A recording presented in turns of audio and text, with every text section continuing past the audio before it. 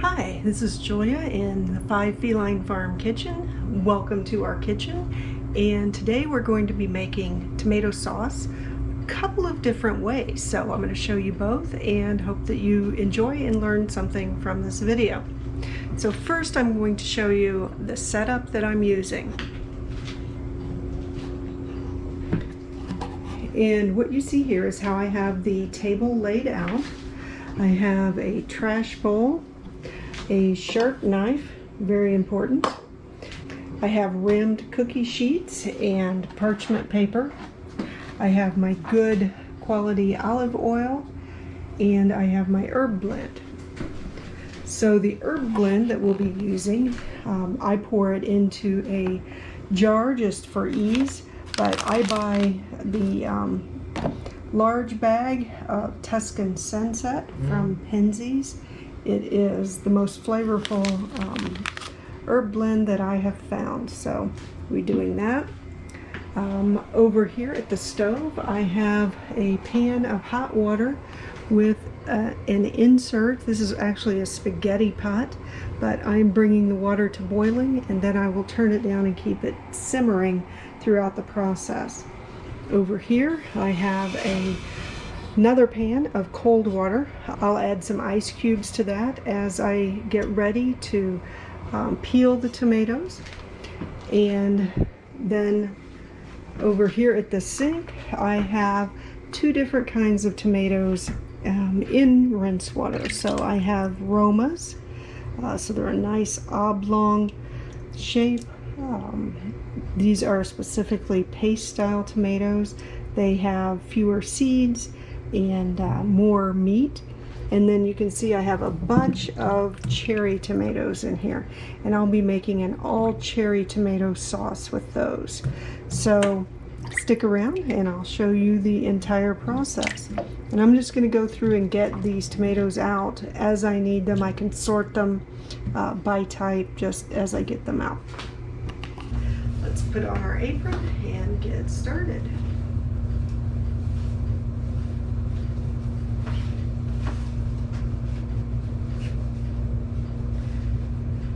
So I will start first with the cherry tomatoes while the water's heating to peel the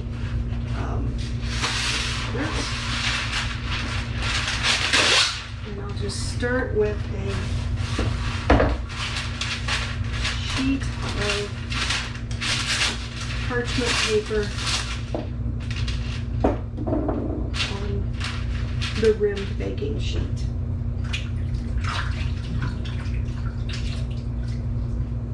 So what I have now are my cherry tomatoes. I've rinsed them. I'll cut out any bad spots, and I'm just going to, with a very sharp knife, this one has a little crack, I'll just take that out, cut the top off, and I will not peel these because peeling a cherry tomato would be, just too much, but I will cut them in half and cut out any bad spots.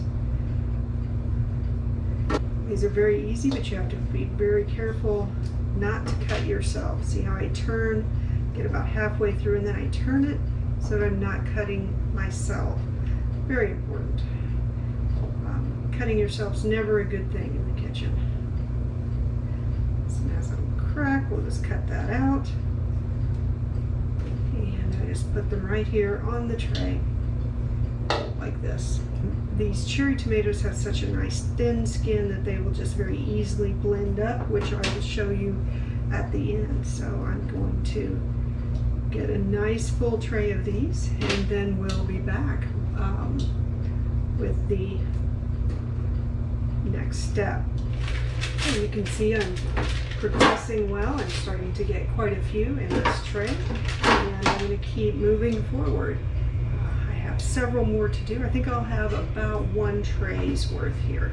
That's what I'll keep working on, and be back with you when I have finished the cherry tomatoes, and then we'll start on the Romas.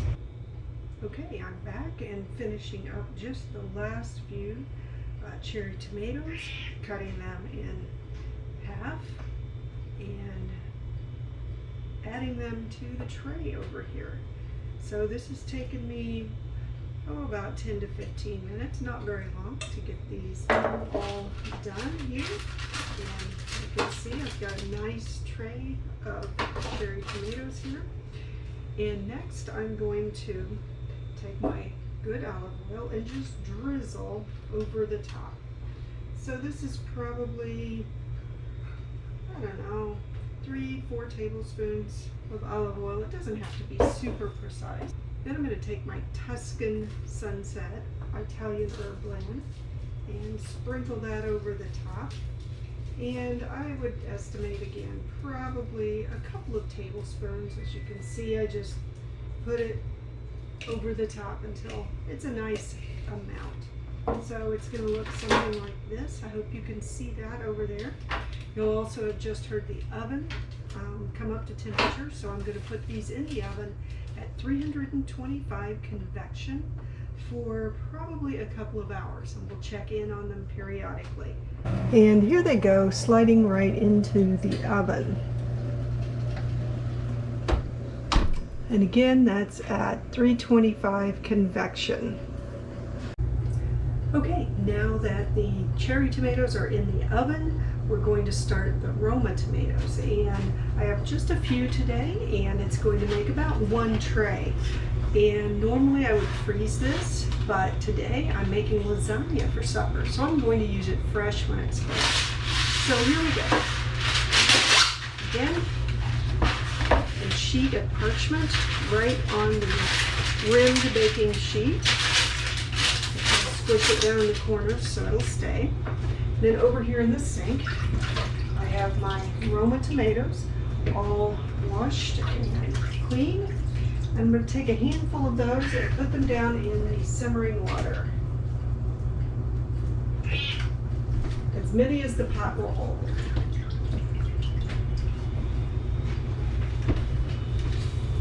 So here's what that looks like. And then I have my pot of cold water, which I'm going to add some ice to, and we'll have that ready to put the hot tomatoes in to cool them off. So here I have the ice, and that doesn't have to be a lot, but enough to have kind of some nice cold water. So the tomatoes have been in the simmering water for about 30 seconds or so. Take them out and put them into the ice water. And this is where the spaghetti pot is handy. You can just pull them out and drain them like this. Dump them over into your cold water, and you're ready to go.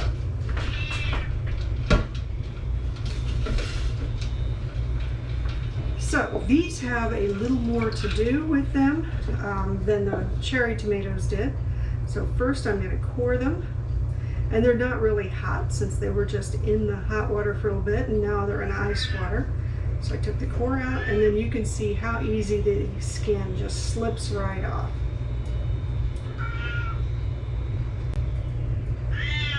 Probably hear Thumper in the background. She's needing attention. So I cut them in half and just push out most of the seeds, and then I cut them again into chunks and onto the baking sheet. So again, I just squish the seeds out with my finger, cut them into chunks. All right, let's do that one more time. So I have the Roma, I'm going to core it, and then the skin just slips off. Cut it in half, dig out the seeds with my finger, and cut it into chunks.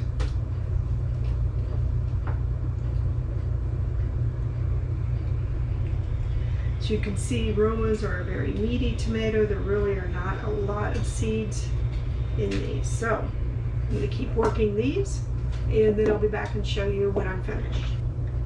So I'll show you another one. You can see I'll just run the knife around the core, pop that out, and then I start at the other end, and the skin just slips right off, just like that.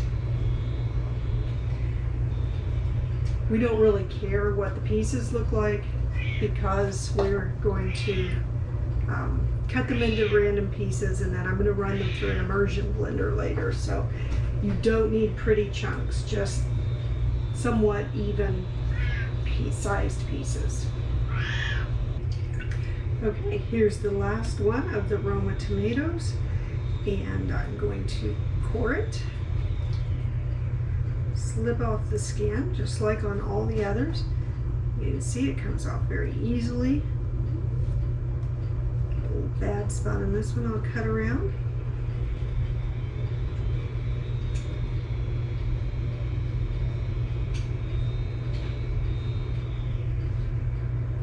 I'm going to cut it in half. Squish out the seeds. In the proper way, instead of cutting around and towards your fingers like I've been doing. So you should put it back on the cutting board and slice down around the cutting board like so. And there's a lot less risk of cutting yourself. So even these out on the tray. It's okay if there's space in between. Wipe my hands off just a little bit. Olive oil again. Just drizzle across, probably 2 to 3 tablespoons of olive oil. My Tuscan Sunset herb blend. And I'm just going to shake that over the top. Trying to get just kind of a nice even sprinkle. It's probably a couple, 3 tablespoons of that. I don't really measure, but this is what it looks like. So, something like this, and into the oven again, 325 convection for a couple of hours. That's it for now. I'll be back and show you the progress in about an hour. Hello again. So we're about 1 hour into the baking, and I'm going to show you what it looks like. See all that steam coming out? That's the moisture evaporating. The top shelf is the Romas, and the bottom shelf is the cherry tomatoes. So it's looking very good. I'm going to give it a quick stir, and then we'll check again in another hour.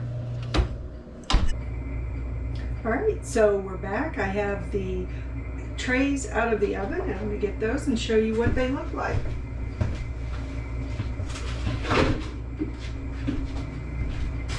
This is the cherry tomato. It looks nice and caramelized and smells amazing. And here is the Roma tomato tray. It's a little bit more juicy, but that's perfect for what I want because I'm going to use this fresh in a lasagna. So my next step is to carefully move this to a mixing bowl where I can puree it into sauce. And I get every little bit of this good tomato goodness. All the olive oil and the herbs. Now you'll notice I did not add salt when I put this in the oven, and that is for a couple of reasons. One is because I want to control the salt in my finished product, and then also a lot of this I will freeze, and salt tends to lose its flavor in the freezer, so there's no point really adding it. Let's get this one in. Keep these separate.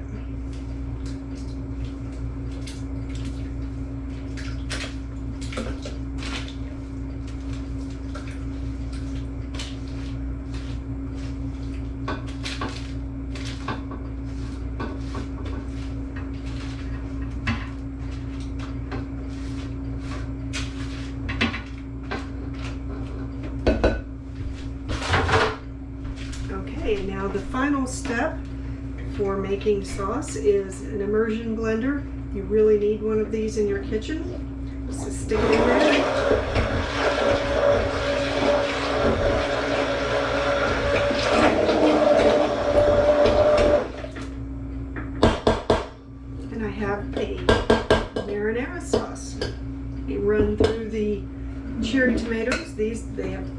skins, so we'll just blend those seeds, skins, and all.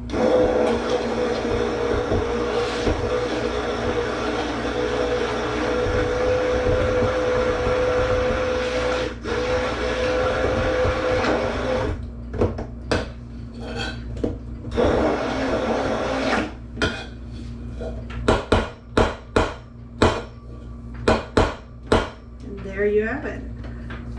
I'm going to let this cool in the refrigerator, and then I will put it in baggies, and that will be the next step.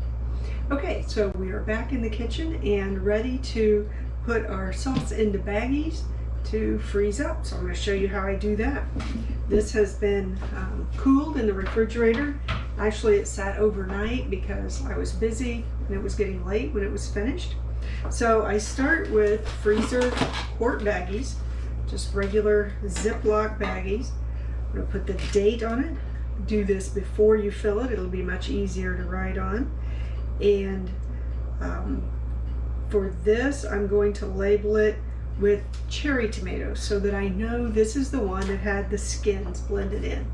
It may or may not make a difference in what I choose to make with the final product. So what I do, I have a tall plastic cup.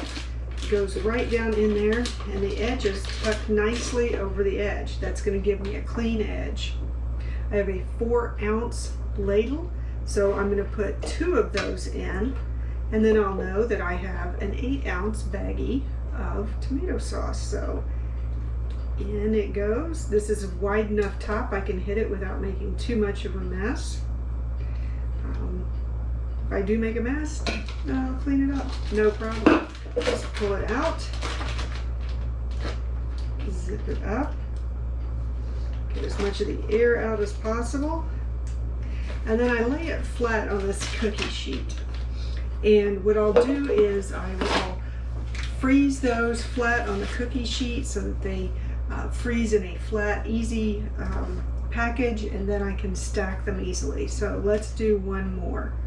The date, that this is a cherry tomato sauce.